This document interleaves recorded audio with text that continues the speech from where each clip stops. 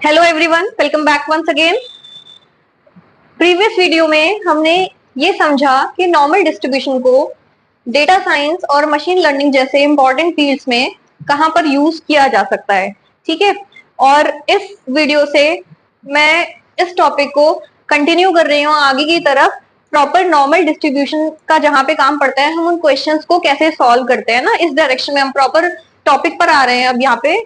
अब एक चीज समझिएगा, मैंने एक एग्जाम्पल लिया है। हालांकि मैं स्टूडेंट से रिक्वेस्ट करूंगी कि जब भी आप ये वाला लेक्चर आपके सामने आए, आप इसे प्रीवियस वीडियो जो नॉर्मल डिस्ट्रीब्यूशन जो डेटा साइंस और मशीन लर्निंग को कनेक्ट करने के लिए बनाया गया है, आप उसको जरूर देखें, क्योंकि उसके बिना कुछ चीजें शायद आपको इनकम्प्लीट लग सकती हैं, लेकिन फिर भी आप कनेक्टेड रहो। इसके लिए मैंने यहाँ पे एक फ्रेश एग्जाम्पल लिया है।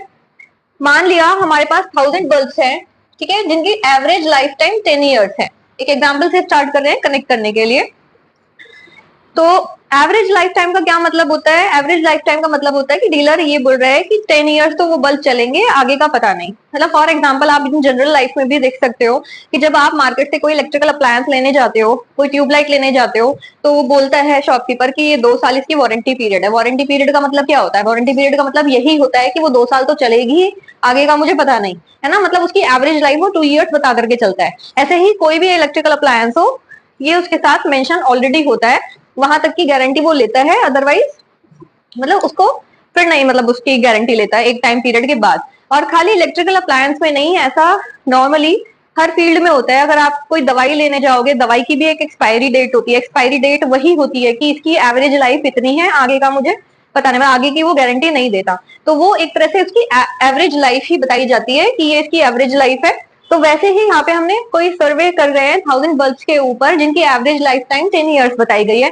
अब आप एक बात बताओ कि क्या ऐसा होता है कि कोई आप ट्यूबलाइट लेकर के आए हो, उसकी एवरेज लाइफ उसने 2 ईयर्स बताई और वो 2 ईयर्स ही चलती है? ऐसा नहीं होता ना, तो जरूरी नहीं है। मतलब वो 2 साल भी चल सकती है, 2 साल से थोड़ा सा ज्यादा भी चल सकती है, 2 साल से थोड़ा कम भी चल सकती है ना। तो ये बहुत कॉमन फिनोमेना है कि ऐसा पॉसिबल है। एवरेज लाइफ बताने का मतलब है कि ज्यादातर उनमें से ऐसी होंगी जो मतलब जो उसका टाइम पीरियड है उतना चलेगी। तो ऐसे ही हम मान लेते हैं नॉर्मल सिचुएशन में कि मैं एक ग्राफ प्लॉट करके बता रही हूँ आपको कि यहाँ पर मैंने सेंटर पर एवरेज लाइफ टाइम, ये एवरेज लाइफ लिए मैंने, यहाँ पे नंबर ऑफ बल्ब्स को शो कर रहे हैं। तो मैंने मान लिया है कि यहाँ पे 10 अगर मैंने लिखा है कि maximum bulbs out of these 1000 are like कि वो 10 साल तक चल जाते हैं, 10 ईयर्स चल जाते हैं। ठीक है, मान लिया कि 1000 में से बहुत सारे बल्ब हैं जो ऐसे चल जाते हैं, लेकिन ऐसा जरूरी नहीं है कि सारे इतने ही चलेंगे। हो सकता है कुछ 11 साल भी चल जाए, लेकिन अगर ये स्टैंडर्ड सिचुएशन में फॉलो हो रहा है तो ये अंडरस्टूड है कि इसका नंबर जो है वो इससे तो कम ही होगा, है ना। 1000 में मैक्सिमम ऐसे होंगे जो 10 साल चलेंगे, कुछ ऐसे होंगे जो 11 साल भी चल जाएंगे, कुछ ऐसे होंगे जो 12 साल भी चल जाएंगे, कुछ ऐसे होंगे जो 13 साल भी चल जाएंगे, एंड सो ऑन। लेकिन ये ग्राफ गिरता चला जाएगा स्टैंडर्ड सिचुएशन में। मैंने यहाँ पे लिख दिया 11, 12, 13, 14 साल टाइप से, ठीक है। और कभी कभी आपने ये भी देखा होगा कि आप भूल भी जाते हो कि वो कब खराब होता है ना। तो नॉर्मल सिचुएशन में ग्राफ कुछ ऐसा दिखाई देगा हमें। सिमिलरली जैसा हम ये मानते हैं कि 11 साल चल सकता है, इसी तरह से ऐसा भी हो सकता है कि कुछ ट्यूबलाइट्स उसमें से ऐसी ही हो जो 9 साल में खराब हो जाए, हो सकता है कुछ 8 साल में ही खराब हो जाए, कुछ हो सकता है 7 साल में खराब हो जाए, कुछ हो सकता है 6 साल में खराब हो जाए। कभी कभी ऐसा भी होता है कि ट्यूबलाइट लाए और वो लगाई घर पे और चली ही नहीं है, सभी एक्सेप्शनल, मतलब ये पॉसिबल है। ठीक है, तो अगर आप इसे ग्राफिकली प्लॉट करोगे, है ना, ये थोड़ा सा अभी मैंने, ठीक है, ग्राफिकली प्लॉट करोगे तो इसकी स्ट्रक्चर कुछ ऐसे बेल काइंड ऑफ स्ट्रक्चर जाएगी, है ना। ये पॉइंट्स मुझे थोड़े से और ऊपर लगाने चाहिए जिससे और थोड़ा सा बेटर स्ट्रक्चर दिखाई दे, अदरवाइज ये काफी पीक हो जाएगा। तो हम ऐसा मान सकते हैं, अंदाजे से बनाया क्योंकि ग्राफ, कि जब भी आप इन्हें ज्वाइन करोगे तो एक बेल काइंड ऑफ स्ट्रक्चर आपको मिलेगा। ठीक है, तो बेल काइंड ऑफ स्ट्रक्चर जो ये दिखाई दे रहा है आपको, इसी को बोलते हैं हम SNV। अगर हम किसी रियल लाइफ की प्रॉब्लम के ऊपर जनरल केस में, स्टैंडर्ड सिचुएशन में फेनोमेना को अप्लाई करते हैं, तो इस कर्व का एक नाम होता है स्टैंडर्ड नॉर्मल वेरिएशन कर्व। ठीक है, क्योंकि एक्सेप्शनल सिचुएशन भी पॉसिबल है। एक्सेप्शनल सिचुएशन में जरूरी नहीं है कि प्रॉपर बेल बनेगा। हम एक जनरल और एवरेज सिचुएशन की बात कर रहे हैं, तो ये ऐसा ही हमेशा बनेगा। तो स्टैंडर्ड नॉर्मल वेरिएशन कर्व इसको कहा जाता है। अब क्योंकि इस तरह की प्रॉब्लम्स को अगर हमें कनेक्ट करना है, हम प्रोबेबिलिटी पढ़ने वाले, नॉर्मल डिस्ट्रीब्यूशन पढ़ने वाले हैं, प्रोबेबिलिटी डिस्ट्रीब्यूशन है जो कि, ठीक है, तो इसका एक जी स्कोर चार्ट होता है, उसके थ्रू हम चीजों को पढ़ते हैं। जी स्कोर क्या होता है? जी स्कोर एक फॉर्मूला इस फॉर्म का, ठीक है, अप्लाई होगा यहाँ पे। इसको बोलते हैं हम जेड भी बोलते हैं, जी स्कोर भी बोल देते हैं, ठीक है। ये कैसे निकल करके आता है? यहाँ पे वो वैल्यू रखी जाएगी जो, ठीक है, डेटा में आपको दी होगी एक्स की वैल्यू, जो आप कभी क्वेश्चन करोगे तब आपको समझ में आ जाएगा। ये वाली वैल्यू मीन वैल्यू या एवरेज लाइफ को शो कर रही है, ये स्टैंडर्ड डेविएशन को शो कर रहा है। तो यहाँ पर जब आप एक्स की वैल्यू, मतलब जब एक्स की वैल्यू 10 होती है ना, 10 मतलब एवरेज मीन के बराबर होती है, in that case z equal to 0 होता है।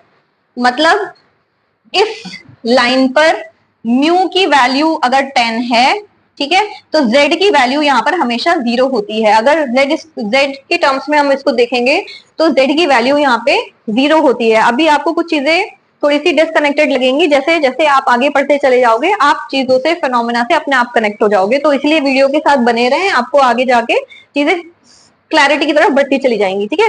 ये z इज इक्वल टू 0 होता है और z की ये पॉजिटिव साइड कही जाती है, ये नेगेटिव साइड कही जाती है। इस कर्व के नीचे का एरिया 1 होता है। कुछ रूल्स हैं एक्चुअली। एक हमारे पास चार्ट होता है इस तरह का, ठीक है, मैं आपको इसमें भी दिखा सकती हूँ। यहाँ पे मैंने ये है z स्कोर का चार्ट, है ना, probability distribution, normal distribution curve का चार्ट होता है। इसको पढ़ के हमें प्रोबेबिलिटीज मिलती है। यहाँ पर z की वैल्यूज दी हुई है, यहाँ पर कुछ z की वैल्यूज दी हुई है और बीच में प्रोबेबिलिटी दी हुई है। तो इसको करने का तरीका ये होता है कि आपको जो प्रोबेबिलिटी निकालनी है ना, वो इसकी हेल्प से निकालनी होती है। और ऑब्वियसली जब आपको इसकी हेल्प से निकालनी होती है तो टेबल की जो पैरामीटर्स हैं उनसे कनेक्ट होना पड़ेगा। टेबल के पैरामीटर्स जी स्कोर में होते हैं। तो जी स्कोर क्या है ये जानने के लिए ना आपको यहाँ पे कनेक्ट होना पड़ेगा इस फॉर्मूले से, कि आपको क्वेश्चन में दिया जाएगा हमेशा x, उसके थ्रू आपको z निकालना पड़ेगा। जब आपको z मिल जाएगा उसकी हेल्प से आप प्रोबेबिलिटी निकाल पाओगे, ठीक है। तो ये है कुछ इसके जनरल रूल्स। इसके नीचे का एरिया 1 होता है और अगर इसके नीचे का एरिया 1 होता है तो इस इधर राइट साइड भी हम जो एरिया होता है वो 0.5 मान करके चलते हैं, इधर का भी एरिया 0.5 मान करके चलते हैं। तो ये कुछ बेसिक रूल्स बताए अभी मैंने, इनको किस तरह से यूज करेंगे अभी हम आगे डिस्कस करते हैं। तो इस वीडियो में मैं सिर्फ डिस्कस करने वाली हूं आपसे कि हम, अगर मेरे पास z की वैल्यू हो तो मैं चार्ट कैसे रीड कर सकती हूँ, ठीक है। इस टॉपिक को हम 2 पार्ट में ब्रेक करके पढ़ेंगे, है ना। एकदम डायरेक्ट रियल प्रॉब्लम्स पर या रियल वर्ल्ड की जो रिलेटेड प्रॉब्लम्स हैं उन पर जाने से पहले हमें चार्ट को रीड करना आना चाहिए, क्योंकि अगर आपको चार्ट को रीड करना नहीं आता तो आप ना क्वेश्चन से कनेक्ट नहीं हो पाओगे। तो इस जो लेक्चर है या इस टॉपिक को मैं 2 पार्ट में स्प्लिट कर रही हूँ। इस फर्स्ट लेक्चर में मैं सिर्फ आपको ये सिखाऊंगी कि डिफरेंट केसेस में आप z की वैल्यू अगर आपके पास है तो प्रोबेबिलिटी कैसे निकालते हैं, ठीक है। तो इस पर फोकस करेंगे। मैं इसके लिए कुछ वैल्यूज लिख देती हूँ आपके सामने। लेट क्वेश्चन लिया है मैंने, find the probability that the SNV, standard normal variation curve, ठीक है। एसएनवी एक स्टैंडर्ड टर्म है, आप ऐसे भी यूज कर सकते हैं। एसएनवी लाइज बिटवीन, ऐसे कुछ मैंने जनरल वैल्यूज लिए हैं। मैं ना हर यहाँ पे पॉसिबल सिचुएशन ले रही हूँ जिसमें आपको z को पढ़ने की जरूरत पड़ सकती है, मैक्सिमम पॉसिबल सिचुएशन। जैसे ये है,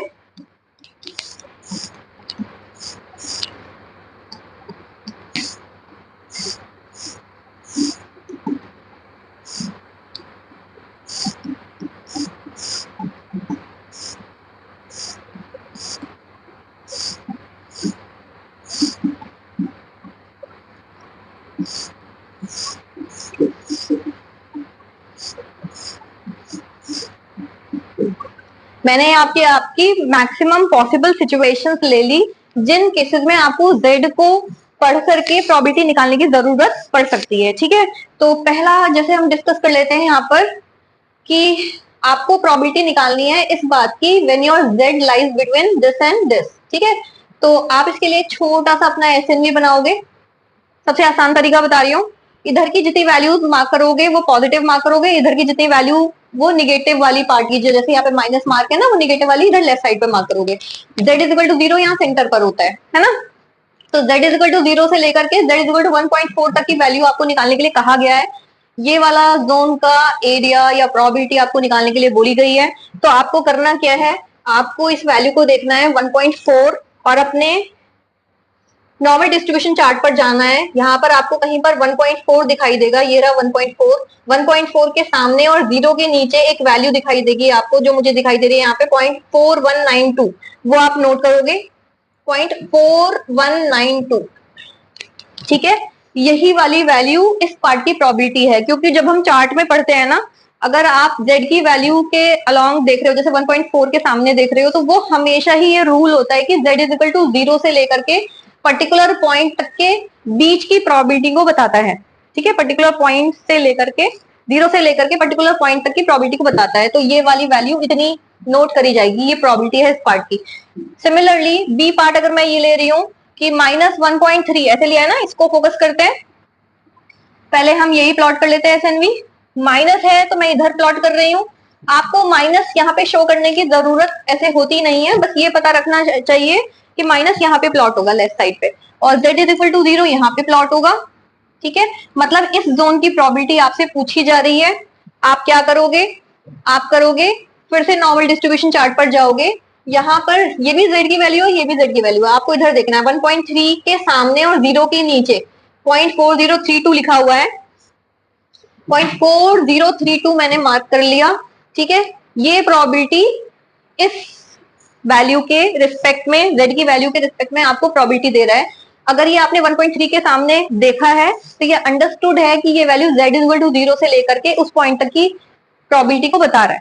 ठीक है, तो इस तरह से आपको करना है। फर्दर देख लेते हैं, अभी जैसे जैसे आप आगे बढ़ेंगे आपको चीजें और कनेक्ट होती चली जाएंगी। मैंने थर्ड जो सिचुएशन है वो ली है। थर्ड सिचुएशन क्या है, ये बोल रहा है आपको प्रोबेबिलिटी निकालनी है ना, एसएनवी पढ़ना है, आपको प्रोबेबिलिटी निकालनी है किसके बीच में, -2 एंड 1.6 के बीच में, है ना। तो एसएनवी बनाइए अपना छोटा सा। 2 माइनस का है क्योंकि इधर मार्क करोगे, ये centre point z equal to 0 है, निगेटिव वैल्यू इधर, पॉजिटिव इधर, 1.6 कहीं इधर मार्क करोगे। ठीक है, और आपको इसके बीच का एरिया आपसे या इसके बीच की प्रोबेबिलिटी आपसे पूछी जा रही है। अब इसके बीच का प्रोबेबिलिटी कैसे निकालोगे, है ना। तो पहले आप 2 को रीड करोगे, चार्ट पर चलेंगे, यहाँ पर z के वैल्यू के सामने 2 के सामने देखोगे, इट इज 0.4772। ठीक है, इट इज 0.4772। आई होप कि आपको चीजें समझ में आ रही हैं थोड़ी थोड़ी, है ना। ये 0.4772 वैल्यू कहां से कहां तक की है, ये वाली value z is equal to 0 से लेके 0.2 तक की है, क्योंकि हमने 2 के सामने रीड करा है ना। तो 2 के सामने रीड करने का मतलब ही यही है कि ये z इज इक्वल टू 0 से 2 तक की वैल्यू को बता रहा है। नाउ अब हम दूसरे पार्ट पर आ जाते हैं। अब आप रीड करोगे 1.6 को, फिर से अपनी टेबल पर जाएंगे, फिर से अपनी टेबल पर जाएंगे। 1.6 के सामने क्या लिखा हुआ है, 0.4452। ठीक है, 0.4452, और ये वाली वैल्यू कहां से कहां तक की वैल्यू को बताती है, z इज इक्वल टू 0 से 1.6 तक बताती है। आपने अगर 1.6 को रीड करा है तो मैंने आपको बताया कि ये value z is equal to 0 से 1.6 तक का रिजल्ट बताती है। तो आपने पहले यहां से यहां का रिजल्ट निकाल लिया, फिर यहां से यहां का रिजल्ट निकाल लिया। आई होप कि आपको चीजें समझ में आ रही होंगी कि कंबाइंड रिजल्ट अगर हम देखेंगे, अगर हमें पूरा प्रोबेबिलिटी चाहिए तो इनको ऐड करना पड़ेगा। ऐड करोगे तो जो भी रिजल्टेंट वैल्यू आ रही है वो आप यहाँ पे लिख देंगे। ठीक है, तो ये वैल्यू आ रही है मेरे पास 0.922 एंड 4। इस तरह से आप इस पार्ट की प्रोबेबिलिटी को निकालेंगे। आई होप कि आपको इतनी चीजें समझ में आई हैं। अगर समझ में आई हैं तो आगे चलते हैं। अब हम फोर्थ वैल्यू की तरफ मूव कर रहे हैं। डी पार्ट आपसे बोला जा रहा है, मैं यहाँ पे नोट कर देती हूँ फिर से। आपसे बोला जा रहा है 0.75 एंड 2.34 के बीच की वैल्यू। एसएनवी प्लॉट करिए। अब देखो 0.75 दोनों वैल्यू पॉजिटिव है तो दोनों राइट साइड पर ही पड़ेंगी। अब ये खुद ही थोड़ा सा आपको दिमाग लगाना है कि इसमें जो वैल्यू छोटी दिखाई दे रही है उसको आप पहले प्लॉट कर लो। ठीक है, जो थोड़ी सी बड़ी दिखाई दे रही है उसको आप बाद में प्लॉट कर लो, है ना। आपको इसके बीच का एरिया निकालना है, इसके बीच की प्रोबेबिलिटी को बताना है। ठीक है, फाइन। तो अब आप क्या करोगे, आप पहले इसको रीड करोगे, वो वैल्यू यहाँ से यहाँ तक की होगी, फिर आप इसको रीड करोगे, वो वैल्यू यहाँ से यहाँ तक की होगी, और दोनों को सबट्रैक्ट कर दोगे। ठीक है, तो ये काम करना है हमें। तो 2.34 को अब हम कैसे पढ़े, चार्ट पर चलते हैं। आप अगर नोटिस करोगे तो यहाँ पे डेसिमल की 1 प्लेस तक की वैल्यूज ही गिवन है सिर्फ, है ना। तो अब हमारा रोल आता है ये वाले चार्ट का यूज करने का। हमारी जो वैल्यू है वो क्या है, 2.34। तो 2.3 तो आप यहाँ पे देखोगे, 2.3 जहां पर भी लिखा हुआ है, और 0.04 जो डेसिमल के बाद की सेकंड नंबर की डिजिट होती है वो यहाँ देखोगे। तो 2.3 के सामने 0.04 के नीचे ये ऐसे क्रॉस सेक्शन पर वैल्यू देखोगे तो इट इज 0.4904। 0.4904 आप क्रॉस चेक कर लीजिएगा अपने पास चार्ट में, नॉर्मल डिस्ट्रीब्यूशन चार्ट है ये, ठीक है। अब आप 0.75 को रीड करोगे। 0.75 को रीड करने के लिए अगेन हमें क्या करना है, 0.7 यहाँ पर देखना है और 0.05 ऊपर देखना है। इनके क्रॉस सेक्शन पर जो वैल्यू होगी वो नोट करनी है। It is 0.2734, it is 0.2734। और मैंने जैसा कि बताया आपको कि पहले आप यहाँ से यहाँ तक की वैल्यू को रीड करा आपने, फिर यहाँ तक की वैल्यू को रीड करा, उनको सब्ट्रैक्ट कर दिया, तो जो आंसर आएगा इनके सब्ट्रैक्शन से आएगा, ठीक है। अभी आप ना क्वेश्चन का सिर्फ एक पार्ट सीख रहे हो, मैं लिख देती हूँ ये आंसर सब्ट्रैक्ट होकर के इतना आ रहा है, ओके। अगर आपको किसी पार्ट में कोई प्रॉब्लम लगती है तो आप कमेंट सेक्शन में जाकर के अपनी प्रॉब्लम लिख सकते हैं, जिससे मुझे आगे के लिए गाइडेंस मिलेगी। यहाँ पर मतलब कोई चीज अगर आपको नहीं समझ में आ रही है या एक्स्ट्रा बताने की जरूरत है वो मैं बता पाऊंगी, फिर आपकी क्वेरी ही बताएंगी कि मुझे नेक्स्ट वीडियोस किस डायरेक्शन में बनाने हैं, उससे मुझे बहुत हेल्प मिलती है, ठीक है। नाउ जो नेक्स्ट पार्ट है वो मैं यहाँ पे एक बार नोट कर रही हूँ। इट इज, हम मैक्सिमम सिचुएशंस की तरफ बढ़ते जा रहे हैं। अब आपको चीजें समझ में आ रही होंगी अगर आप ध्यान से पढ़ रहे हैं तो। मैंने फिर से अपना एसएनवी बनाया, 1.65 मार्क करा, और ग्रेटर देन का मतलब होता है इससे आगे की वैल्यू, मतलब ग्रेटर देन का साइन है ना, इक्वल टू का साइन नहीं है, तो इससे आगे की वैल्यू ग्रेटर साइड दिखा देंगे आप। तो अब आप कैसे करोगे, 1.65 को पढ़िए, है ना। 1.65 को रीड करूंगी अगर मैं, अपने चार्ट पर फिर से वापस जाना पड़ेगा। 1.65 1.65 1.6 के सामने और 0.05 के नीचे, इट इज 0.4505, इट इज 0.4505। अब इसको कैसे डील करेंगे, मुझे वैल्यू निकालनी है इधर की, और आपको मैंने अभी अभी बताया कि जब हम किसी वैल्यू को रीड करते हैं तो वो value z is equal to 0 से लेकर के वहां तक की वैल्यू को बताता है, ठीक है। तो मतलब ये जो वैल्यू है वो यहाँ से यहाँ तक की वैल्यू है। आई होप कि आप कनेक्ट हो पा रहे हैं। वो यहाँ से यहाँ तक की वैल्यू को बता रहा है और मुझे चाहिए इधर की। तो मैंने आपको बताया था कि एसएमवी के नीचे का जो एरिया है और प्रोबेबिलिटी है वो टोटल 1 होती है, तो इधर का एरिया भी 0.5 और इधर का एरिया भी 0.5 कंसीडर होता है। तो ये पूरा एरिया 0.5 कंसीडर होगा, इतना मुझे पता है तो मैं इतना निकाल सकती हूँ। मतलब 0.5 में से अगर मैं इस पार्ट को लेस कर दूंगी तो मेरे पास इधर का प्रोबेबिलिटी आ जाएगा। तो 0.5 में से इसको आपको सिर्फ सब्ट्रैक्ट करना है एंड इट विल बी 0.0495। इसको आप सब्ट्रैक्ट करके वैल्यू प्लेस कर देंगे, जो आएगा वो आपका आंसर है। आई होप कि आपको ये टॉपिक समझ में आ रहा है। एंड लास्ट कंडीशन जो हमने ली थी, लास्ट कंडीशन है दिस वन, ठीक है। ऐसे करके मैं अगेन अपना एसएनवी प्लॉट करती हूँ, माइनस वैल्यू है तो मैं इधर प्लॉट कर रही हूँ 1.83, और क्योंकि ये ग्रेटर देन का सिंबल दिखा रहा है, ग्रेटर देन, देखो देखो बेटा, प्लस और माइनस वैल्यू सिर्फ इस चीज के लिए है कि आपको वो value z is equal to 0 के राइट साइड पे प्लॉट करनी है या लेफ्ट साइड पे प्लॉट करनी है। एक बार आपने वो वैल्यू, वो लाइन प्लॉट कर दी, उसके बाद आप सिर्फ इसको देखना, ग्रेटर है तो मतलब उस लाइन के इधर का एरिया, लेस है तो मतलब इधर का एरिया, इस तरह से आपको फॉलो करना है। तो आपको जो एरिया निकालने के लिए बोला गया है, आपको जो प्रोबेबिलिटी निकालने के लिए बोली गई है, वो इधर की बोली गई है, ठीक है। तो आपको क्या करना है, आपको कुछ नहीं करना है। अब आप देखो, पहले आप इसको रीड आउट करोगे, वो वैल्यू यहाँ से यहाँ तक की होगी, और इसमें आई होप कि आपको समझ में आ रहा हो कि ये वाली वैल्यू क्योंकि 0.5 होती है तो वो इसमें ऐड कर दोगे। तो 1.83 के लिए फिर से हम जाएंगे अपने चार्ट पर, 1.8 के सामने और 0.03 के नीचे, इट इज 0.4664, इट इज 0.4664, और इसमें जब आप 0.5 ऐड कर दोगे, राइट साइड वाला एरिया ऐड कर दोगे, तो इट विल बी 0.9664। ऐसे करके इस पार्ट की ये प्रोबेबिलिटी आ जाएगी। तो आई होप कि आपको आज का लेक्चर समझ में आया है, ठीक है। कोई पार्ट रह तो नहीं गया है, देख लेते एक बार। अभी एक पार्ट और रह गया है स्टूडेंट्स, ये वाला पार्ट और मिसिंग है, इसको भी डिस्कस कर लेते हैं हम साथ साथ। It is G part last, z is less than -0.8, ठीक है। एसएनवी प्लॉट करेंगे, माइनस वैल्यू है 0.8, इधर प्लॉट करेंगे, लेस देन दिखा रहा है, मतलब देखो मैंने आपसे कहा ना कि माइनस प्लस सिर्फ इस चीज के लिए है कि आपको वो value z is equal to 0 के राइट पर प्लॉट करनी है कि लेफ्ट पर प्लॉट करनी है। एक बार आपने ये लाइन प्लॉट कर ली तो स्ट्रिक्टली सिर्फ इसको देखना कि लेस है तो उधर का एरिया, ग्रेटर है तो इधर का एरिया। आपकी बार वो आपसे इधर का एरिया मांग रहा है या इधर की प्रोबेबिलिटी पूछ रहा है, ठीक है। तो क्या करोगे, 0.8 को रीड करोगे, 0.8 फिर से चार्ट पर जाते हैं। 0.8 ये रहा, 0.8 के सामने और 0 के नीचे, तो इट इज 0.2881। ठीक है, इट इज 0.2881। और आपको पूछा है क्योंकि इधर की ये वैल्यू आपको बता रहा है, यहां से यहां तक की वैल्यू आपको बता चुकी हूँ मैं कि z इक्वल टू 0 से लेकर के वहां तक की वैल्यू को बताता है, मुझे निकालनी है इधर की। तो अंडरस्टूड सी बात है, मुझे इस वैल्यू को 0.5 में से लेस करना पड़ेगा। इधर का पूरी जो प्रोबेबिलिटी है, पूरा एरिया जो होता है 0.5 होता है, 0.5 में से लेस करोगे तब वो वैल्यू निकल करके आएगी। इस केस में ये आ रहा है 0.2119। तो ये सिर्फ एक प्रोसेस है जिसमें आपने नॉर्मल डिस्ट्रीब्यूशन का चार्ट रीड करना सीखा है। जेड स्कोर अगर आपके पास है, जी स्कोर अगर आपके पास है, उसकी हेल्प से आप प्रोबेबिलिटी कैसे निकालते हो, आपने सिर्फ उतना पार्ट सीखा है। एग्जाम में आने वाला क्वेश्चन इस तरह का नहीं होता है, ये उसका एक पार्ट है, लेकिन ये बहुत इंपॉर्टेंट पार्ट है। नेक्स्ट वीडियो लेक्चर में हम वो कंप्लीट क्वेश्चन कवर करेंगे जिस तरह के क्वेश्चन एग्जाम में पूछे जाते हैं, लेकिन उस पर सीधे जाने से पहले आपको ये टॉपिक पढ़ना ही पड़ेगा, वरना वो टॉपिक समझ में नहीं आएगा। आई होप कि आपको आज का वीडियो लेक्चर समझ में आया है। आपको कोई भी प्रॉब्लम है या आपको कोई क्वेरी है, आप कमेंट सेक्शन में अपना क्वेश्चन पुट अप कर सकते हैं, मुझसे पूछ सकते हैं, और मैं पूरी कोशिश करूंगी कि मैं आपकी रिक्वायरमेंट के अकॉर्डिंग लेक्चर्स बना पाऊं। Thank you everyone, bye bye for today, have a nice day.